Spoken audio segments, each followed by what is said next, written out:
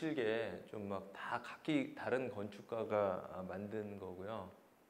그래도 보면 이런 상황, 현재 이런 상황이에요. 그래서 여기는 70년대 식으로 이렇게 막 에어컨들 나와 있고, 여기는 뭐 어쩌지를 못해요. 왜냐면 조합이 있어서 어쩌지 못하고. 근데 저도 이게 좀 되게 나름 고무적이었던 게, 결국은 조합하고 서울시하고 합의를 해서 이런 상태를 만들어냈더라고요. 그러니까 기존 아파트를 없애지 않고 그 서울시에서 데크를 또 공공으로 만들어주는 어떤 민간과 공공의 어떤 합의가 된 건데, 사실 이제 이 땅이 이제 결국은 저도 알고 보니까 여기가 이제 종묘 앞에 소개지였어요, 예전에. 여기가 이제 건물들이 많이 있는 데서 여기가 이렇게 좀 빈 땅이었는데, 요거를 다 그 박정희가 다 팔아먹어서 비자금을 만든 거더라고요. 그래서 나라 땅을 결국은 다 팔아가지고 그 비자금을 만든 건데, 그 원죄가 있어가지고 김현욱, 강현욱 시장일 때인가 서울시에서 그 원죄가 있어가지고 지금 서울시에서도 계속 여기를 살려주려고 하는 것도 있고, 마침 이거를 또 우리나라 최고의 건축가를 할 수 있는 김수근이 예전에 설계를 했어요. 김수근이 한국토지개발공사에 있을 때, 그래서 이제 뭔가 계속 그 지금 건축가 승효상 선생도 뭔가 자기 선생에 대한 오마주가 있기 때문에 요거를 다시 살려주고 싶고, 그래가지고 여러 가지 어떤 예전의 어떤 그런 죄들을, 그러니까 모르겠어요. 서울은 다시 다 이렇게 좀 덮어주는 것 같아요. 죄들을 덮어주면서 이제 옛날 걸 덮어주면서 공공을 자꾸 만들어 가려고 하는데, 하여튼 이쪽 옆이 예전에 아까 세운상가 옆이 막 강철도 두드려 가지고 태권브이도 만들고 막 그러던 데라, 요즘은 이제 4차 산업의 어떤 메카로 좀 한다, 이런 식으로 해가지고 옛날의 어떤 메이커들하고 새로운 메이커들이 이렇게 4차 산업의 전초 기지로 하려고 좀 노력하고 있고요. 이 건물은 저번에도 보여드린 것 같은데, 아까 제가 요거랑 비슷해요. 이렇게 요런 식의 어떤 도시적으로 생각한 거와 비슷하게 요것도 이게 이제 박찬욱 감독 집이죠. 그래서 이렇게 여러 개 마당을 나눠 가지고 도시적으로 보이게 했고, 그다음에 이제 4개 건물을 하면서 다시 다 통하게 만들어 가지고 어떤 유기적인 건축을 만든 그런 상태고요. 그리고 아래에 이제 4개 건물을 다 공유해서 쓰는 상태입니다. 그 다음에 이제 이런 유형을 얘기할 때, 제가 저번에도 언뜻 말씀드렸는데, 그 경주의 어떤 천마총 뭐 그런 말씀을 드렸었는데, 이게 이제 무덤인데, 저번에 뭐라고 말씀드렸더라? 알렉산더 장군이 페르시아에서 돌아오다가 죽었어요. 죽으면서 이제 무덤을 써달라고 할 때, 자기가 헤라클레스를 존경하니까 헤라클레스의 무덤 형태로 만들어 달라. 그게 이제 알렉산더 무덤은 지금 어딘지 몰라요. 모르는데 이런 식으로 천마총처럼 생긴 거죠. 이게 툼무 이게 바뀐 건데, 이거는 또 뭐냐면은, 그래서 로마에 가보시면 그 아우구스투스 황제가 아우구스투스 황제는 뭐 벽돌이었던 로마를 대리석으로 만든 황제거든요. 그리고 아그리파 이런 사람들도 다 그 밑에 장군이었는데, 그 아우구스투스의 무덤이에요.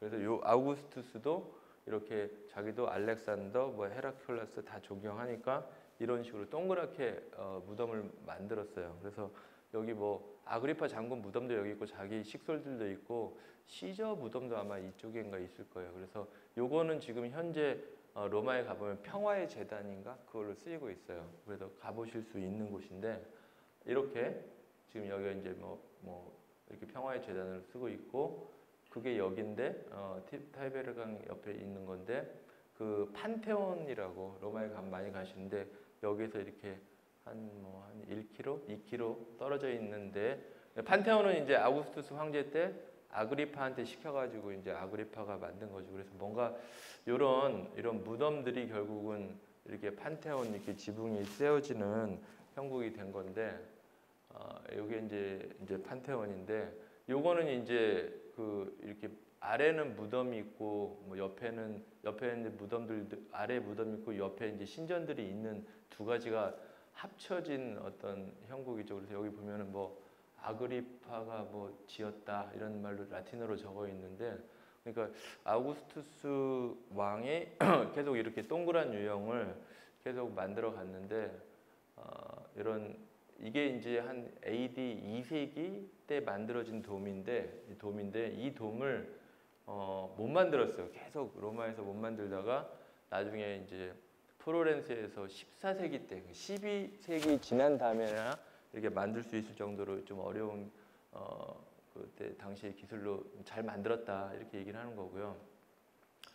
그리고 이제 그런 돔들이 베를린 국가의 의사당에서는 노만 포스터가 이렇게 국회를 내려다보게 만드는 어떤 동그란 형태가 되고 그 다음에 이제 이렇게 애플 뭐 신사옥도 보면 동그랗게 돼 있는데 저도 이렇게 우리나라에서 동그란 게 뭐가 있을까 이렇게 계속 이렇게 생각을 해봤는데 뭐 우리나라에서는 그 서울시청 옆에 있는 환구단이 하나 있는데 그게 결국은 그 중국의 원구단을 따라서 만든 거더라고요. 중국의 원구단이 결국은 하늘을 향해서 제사를 지내는 건데 그 중국의 사람들이 명당이라고 하는 것도 이렇게 동그란 어떤 그 옥구슬 같은 어떤 해자 같은 게 있는 그런 땅을 만들어 놓고 이렇게 네모나게 집을 진 게 중국에서는 명당이에요. 어떻게 보면 골프 클럽 하우스 같은데 이렇게 동그란 게 동양 유행에서는 없는데 서양에서는 이렇게 무덤부터 이렇게 이렇게 저기 신전 그다음에 이제 이렇게 또 뭐 이런 신사옥까지 쭉 흐르는 하나의 어떤 맥이 있거든요. 그래서 그다음에 이제 요거는 제가 또 좋아하는 건축가 중에 하나인데 문운이라는 이제 저보다 한 살 많은 건축가인데 이 사람은 좀 멘탈이 이상해요. 그래서 보면 이게 피노 파밀리얼이라고 피노키오의 여자친구를 생각하고 만든 유치원이에요. 그래서 아예 상상력 자체가 좀 다른데 또 마침 이 건축주도 그 피노키오의 여자친구를 막 생각하는 분이어가지고 뭐 고래 피노키오가 막 고래 뭐 덮이고 뭐 파도 치고 막 여기 피노키오도 있고 그런데 이게 좀 이상한 특이한 유치원이죠. 그렇게 이 사람은 좀 되게 마이너리티적인데 이런 식으로 접근을 하면서 뭐 이렇게 되게 좀 대중적이기도 한데 조금 좀 특이하죠 사실은. 근데 이건 이제 문운에 대해서 좀 제가 쓴 얘기고 그 다음에 요거를 제가 보면서 이렇게 좀 건축가들이 많이 스스로 이렇게 카피도 하고 자기 거를 이렇게 개발시킨다고 느꼈는데 요게 이제 그 반스 뮤지엄이라는데 그 닥터 반스의 원래 집이거든요. 필라델피아에 있는 원래 집인데 되게 프랑스 고전주의를 공부한 그 루이스 칸의 스승인 분이 이렇게 설계를 한 대칭적인 집이거든요. 근데 요게 이제 그 컬렉션을 다 필라델피아 다운타운으로 빼와가지고 새로운 어떤 뮤지엄을 만들었어요.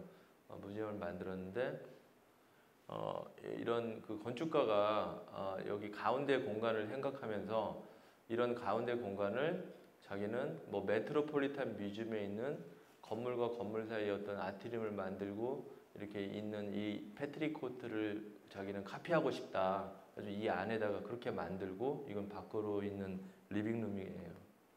그래서 이런 식으로 만들고 또 이 건축가가 또 버클리에 있는 도서관을 설계하면서 이런 비슷한 걸 한번 해봤어요. 이렇게 해봐가지고 여기서 또 발전을 시키고 그리고 또 이 건축가가 뭐 자기는 뉴저지의 데크를 좋아한대요. 뉴저지 해변에 있는 데크 그걸 가지고 또 실내에서 여기에서도 한번 실험을 해보고 그리고 이제 이게 버클리 그 라이브러리인데 버클리에 있는 거를 그대로 또 여기 그 반스 뮤지엄에다 써보고 그러니까 뭔가 그 다음에 요거는 이제 그 닥터 반스 집에 있는 마티스가 직접 그려준 그림이에요.